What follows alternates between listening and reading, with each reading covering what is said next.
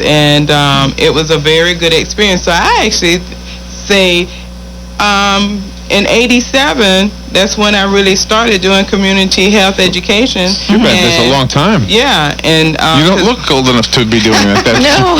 Yeah, this year is my 25th year as being a clinical laboratory technologist. Yeah. Wow. Yeah. So good, healthy practices pay off, huh? Well, I try to, you got to keep it together. So at the men's health thing that you're doing in September 11th, you want to do something to attract men. Yes. Have you thought of pong beer? Have you tried, or beer pong?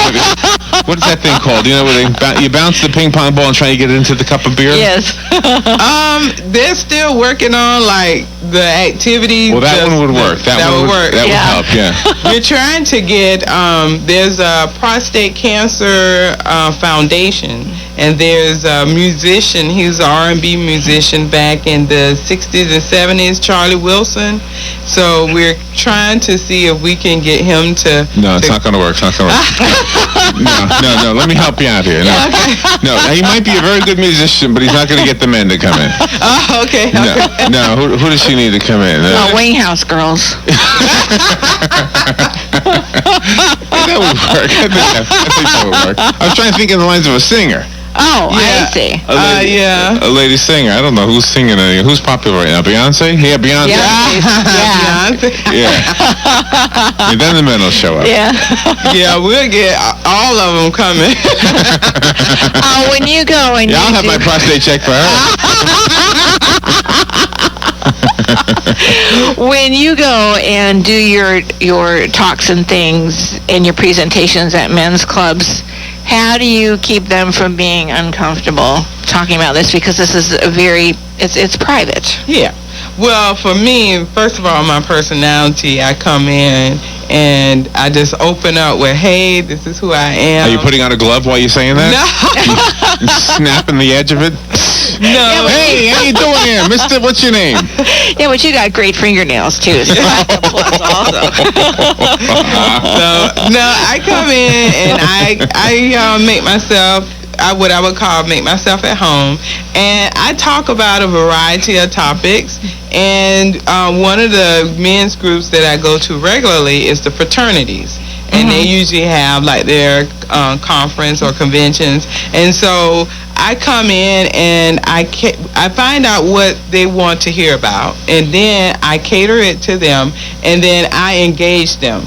I don't just do the whole presentation and everybody's just listening. My first opening statement is, who has already had an annual physical? And so that's going to open up a whole conversation, because if I have a room of 100 men and I only see 20 raise their hand, then we're going to talk about, okay. So what is it they all want to know? Well, one topic that's very popular is the blood pressure. Because a lot of times our men, they'll get their blood pressure checked. They've been told that it's elevated, and then they kind of say, well, let me just wait on it and see about it. And then, they're supposed to come back for a follow-up checkup, and a lot of times they don't. Because, men sometimes say that women have their own little talking groups. Men have their talking groups, too. Sometimes they get information about the medication that they may have to take and what the side effects are, and they may not feel comfortable with the side effects. And what I try to educate them on is that we have so many medications now for blood pressure. If a medication that you're taking gives you side effects that you're not happy with, talk to your primary care physician about it. They can change it, because we have so much technology now and so many medications that if one doesn't work, that's not the only one. We got tons of them. Does anybody ever go or insist on going the holistic approach or the herbal approach? And what do you think about that whole avenue? Sometimes they do, and some things do work. What I always do tell them is to let their physician know whatever vitamins or treatments that they're taking, because sometimes the Western medicine and some of the vitamins or minerals or herbs that you take, sometimes they can counteract each other. So the physician needs to know, if you are doing something else. And there are options. There's meditation, massage, There are some herbs that, some people, say that they can use, and it does different things. And so what I just do is just, tell them it's not that you can't do those things. It's just let your physician know. Yeah, and right. now our Western physicians are, coming around to some holistic treatments, especially massage, relaxation techniques. And it's best to take vitamins. There are some vitamins that, a multivitamin is a good thing to take. And it seems that by being open like you are in your personality, that you are quelling whatever fears that they have, because sometimes fears can override common sense. Yes. Because I would say, of all the concerns that people tell me about, side effects from medications is the one that they are the most concerned with, because they weigh it out and they say, if I have this condition, this is how I feel. Boom, boom, boom. I feel a little bad, maybe a little tired. But then if I take a medication and I'm going to have, a worse feeling of tiredness or sleepy or being drowsy all the time or just kind of feeling loopy, or I'm not able to perform. Pong. She just got back from the island. I know. Yeah, there's a lot of loopy going on down there. A lot of loopy. Or they may not able to perform their daily activities like they used to. Oh, I'm glad you said their daily activities. Well, some are daily, Yeah, if you don't use it, you lose it, right? Yeah, is that true? Yeah. Is that true? Yeah. One thing that we've heard is that prostate cancer is inevitable. That men are going to get it no matter what. It's 100%. That's what they say. Do you believe that? I wouldn't say that, because actually on the show that I was on in St. Croix, the two physicians that were on there, they actually were one was your urologist and one was an internist, but they both were very familiar with prostate cancer and also had patients that came through with So that. they gave us good news? It's not true about the 100%? Not 100%. Not 100%. Wow. However, the urologist stated that as you age, as men age, their prostate generally will become larger, but that does not mean that you have prostate cancer. Oh. And what we call that is prostatitis, and that just means that your prostate has enlarged.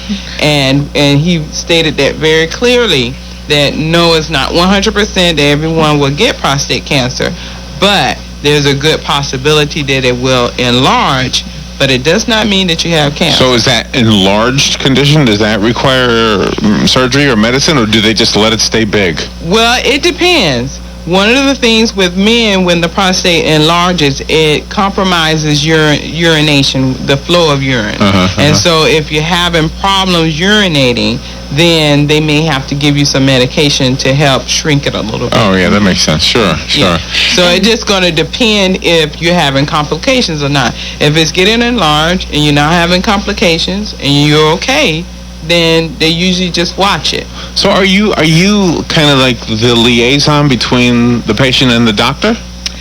I would say so, and basically, since I've been in the laboratory, because what I found, patients go to the doctor's visit, come out of the room, and come in the lab to get their lab drawn and lab done, and then they ask me questions that sometimes they should have already asked, but because they see my face and demeanor, they feel a lot of times less intimidated, and because of my conversation and my personality, they feel a little bit more at ease to ask questions. Really? Sometimes I'll know the answer and I can answer it. Sometimes I will get the physician back in there or get the nurse back in there and say, patient has a question about this, and I've done that throughout my whole career, and I currently do that too.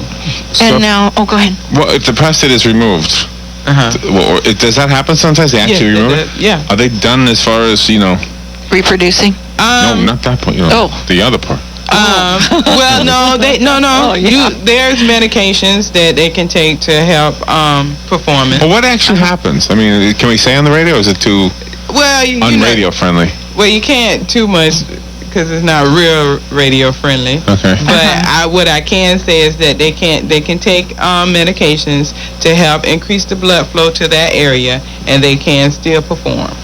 You are so delicate. You are absolutely wonderful. No wonder you're doing the job you're doing.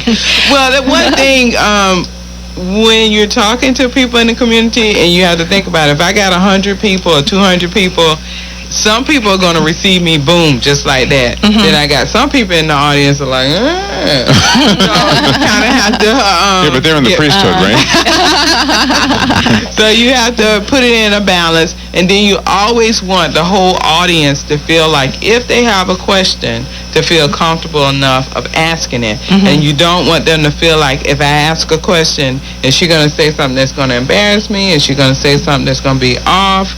You want the answer to be in good taste. So yeah, so you know how to do the radio-friendly answer, which you just did very well, which is good. Yeah. And then it gets the message across. I don't know. I can't put myself in your shoes, but if I tried just for a second, I would guess that's got to be the question that most guys want to know the answer to, and probably it's the hardest one for them to get out. And that's why I do it the way I do it, because I can say just what I said, and they know exactly what I mean. Yeah, right. Without me saying boom, boom, boom. Everybody keeps boom, boom, boom says it all to me.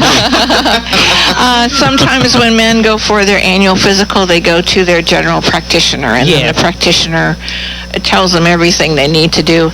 But if they go to someone on their own, like a specialist, that's a urologist, how do they know where to look that they're getting the best? Down. Look down. Well, what we do in healthcare, like a female has a gynecologist, and usually most insurance will allow you to have a primary care physician and a gynecologist. Urologist is the equivalent to a gynecologist for a man. So generally, he can have a family practice physician and a urologist. All right, so we need to help spread the word. The big date is September 11th. September the 11th. And you're in Ocala, but you got to drive to Gainesville for this one. It's okay. Okay, it's no big deal. You came down here, we can go up there, right? Yeah, sure. And it's going to be a guy playing music from the 60s. We're working on it. We're trying to have, what I have impressed upon them is that we need some entertainment. Yeah. You know. I can help you out if you want me to just say Beyonce's name. Beyonce will be there. I would. We'll make a call. Get a guy whose name is like Billy Onse. And then we'll just use his first initial, B, Onse. And then we'll say Beyonce will be there. And yeah. And then they get that, they were like, who is it? And Billy Onse will be up there playing bluegrass or something.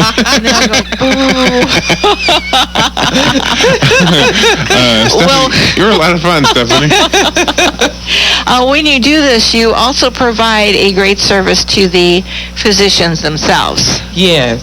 Because you help people within the community get to that physician because they might be shy or something like that, or not, or say, no, I've got my insurance money, but it has to go to my kids or something. So they let themselves go, but you're there to impress upon them to not let themselves go. Yes, and then speaking of insurance, and I re-emphasize this on places that I go to that I know they have insurance, because I do some companies have me come in for their employees. So I know those employees have insurance. And most insurance will cover what they call a wellness visit. That means an annual physical. If you need a mammogram, that's usually covered in there. If the men need any extra tests, they'll usually cover that, any extra routine tests, and any of the blood tests that you normally get, your complete blood count, your chemistry profile, your lipid profile. Those tests are usually covered in there, and for the most part is at no extra charge, because they don't consider that as a regular visit, and they usually allow one visit per year for wellness. And so I impress upon them, you have a free service, and why are you not using it? Yeah, because really. You're paying a premium every month to your employer for insurance. And so you might as well use it. Yeah, I mean, the last company event I did, the employees, it was 120 in there, and only about 40 of them had gone and had their annual physical. So I know we always have the controversy about, with the uninsured, but I happen to have the opportunity to go to companies, and plus I already know what their benefits are. Right. So. Right, yeah. Well, it's the men thing, right? Or is it not only men? Yeah, this is both men